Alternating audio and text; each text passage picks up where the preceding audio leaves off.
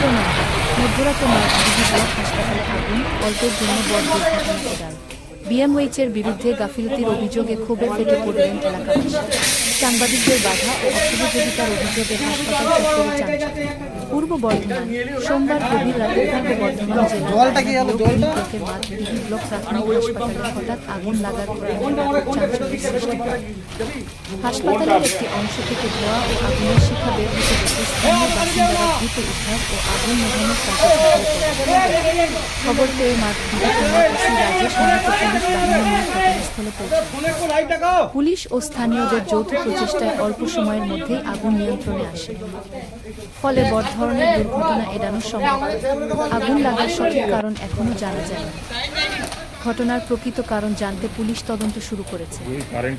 স্থানীয়দের দাবি, সময়মতো আগুন নিয়ন্ত্রণে না এলে হাসপাতালের পরিকাঠামো এবং রোগীদের নিরাপত্তা মারাত্মকভাবে বিঘ্নিত হতে পারে।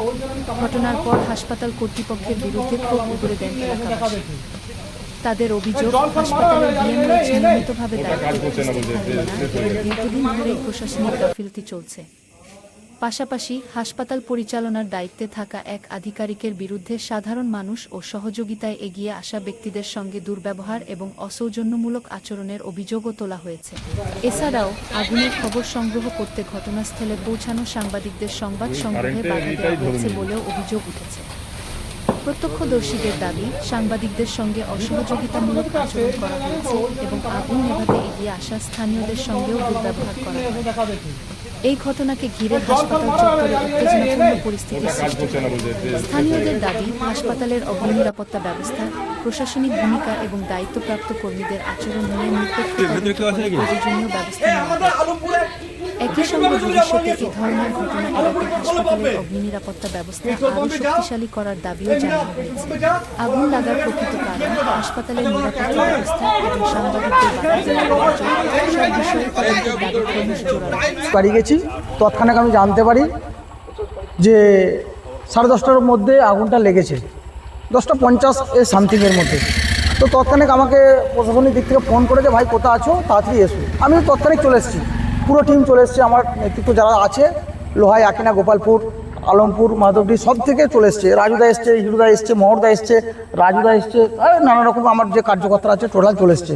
আসার পরে কাজ টোটাল এখানে সমাপ্ত করলাম। আগুন দাও দাও করে জ্বলছে। তো সেখানে প্রশাসন, আমাদের যিনি আছেন রাজেশ মাহাতো, এমনকি আমাদের জুয়েলদা আছে, আমাকে তৎক্ষণাৎ ফোন করে আমি চলে আসি।